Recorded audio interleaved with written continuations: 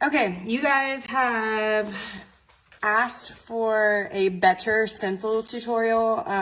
The one that I had previously posted was from over a year ago when I first started. It didn't have audio because I'm self-conscious of my Texas hick accent. But yeah, I feel like it's time. I see a lot of people asking about, how do I get designs perfectly centered, or, how do I prevent paint drips, things like that. This stencil tutorial has literally been the foundation of my business, and I do doormats full time. So, open a new project. I'm going to start from scratch. I highly recommend you guys taking your own mock-up pictures. And when you do this, so start a new project, and I want you to instantly come up here and save it as your start here, or 18 by 30 stencil, whatever you want to name it, but make a blank template to use every single time. So I usually have where's it at? Okay, so my start here, which I actually just saved and erased everything. Usually my start here has all of this, minus the design. So it has the squares and my mock-up. So we'll just redo it again. Okay, pretend this is all blank, which I do have the mock-up. I will tell you that rectangles are your best freaking friend. So make one rectangle, unlock it. You need to make it 11 inches wide and 18 inches high. Okay? That did not work. 18.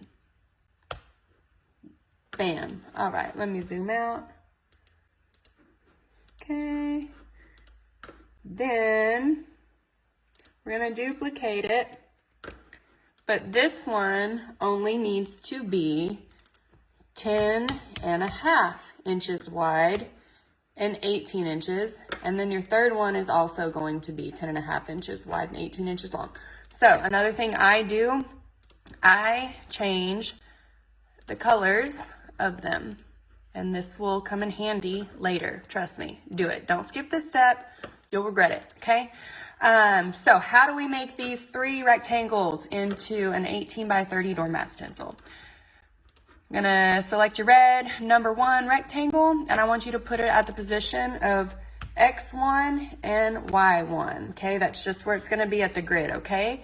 And then your middle rectangle needs to be at the position of 11 on the X axis and 1 on the Y axis, okay? See, we're lining it up. And then your third rectangle, it needs to be at the 20.5 position and the 1 on the y-axis, okay? Oh my gosh, look at that. So when you highlight all of these together, they come out and they are 30 inches wide by 18 inches high. This is your foundation for your doormat stencil. Select all 3 of these, making sure that your dimensions are in fact 30 by 18. If they're not 30 by 18, you did something wrong. Group them, okay? Come up here, hit save, okay? Hit save. This is your foundation. It'll save you so much time if you save this. So now your design, let's see, let's make an easy one just for the sake of tutorial. Okay, this will be an easy one. Okay, insert your design. So your rectangles are grouped. See, they're moving together. They are grouped. Doesn't matter if they're at 1 and 1 anymore. I like stretching my designs to take up the full size of the mat. I usually make them anywhere between 27 and 28 inches wide.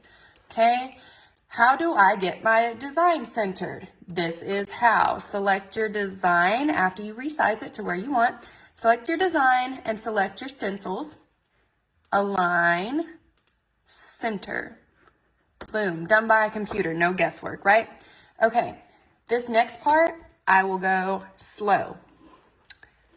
This is why I make my rectangles different colors. So, select your design. You can do it over here. It's probably easiest. Select your design. On your keyboard, you can select with your mouse and then hit shift and hold shift and then select your red square or rectangle. Okay, see how they're selected? And then you're going to slice. Okay, now you have to come back up here to your original design and weld it back together. Okay, if you don't do that and you continue to slice, you're gonna have gaps in your design, so don't do that. After you weld that design back together, come up here, hold shift, select your design and your orange rectangle, and slice the middle piece. Come back to the top, shift, select both pieces of your original design, hit weld, third time's a charm, come up here, hit your original design, shift, yellow rectangle, slice that one. Out of habit, I always keep the original design, I just hide it, and then I'll come back and select like the inner pieces, and I will delete those. Okay, so you can see here, have a stencil. But the most important part after this is keeping your inner pieces, because it sucks. You go to cut your stencil and then you're keeping track of like these little dudes, okay? Rectangles, again, are your best friend when it comes to stencils.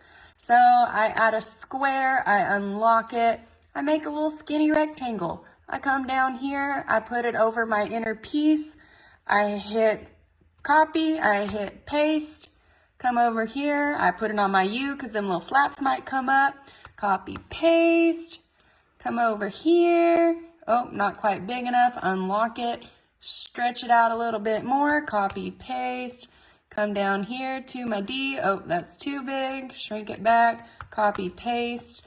This O, you can see we will have to make this one vertical, maybe stretch it out just a little bit more, align that one, copy, paste, come up here. You don't have to do your U's, but I know a lot of y'all use the spray Flex Seal, and I feel like it's better to weld down anything that might like flap up when you spray. Here's that one, stretch this one out a little bit more, copy, paste, come over here, get this little baby A.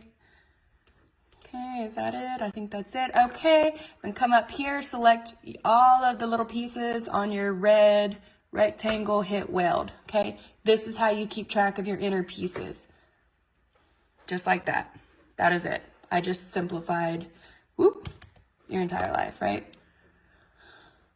Okay, select that one. I'm gonna weld it. Come up here, select all of that, weld it. Before you cut, if you do add your mock-up, you'll have to hide that or delete it or whatever.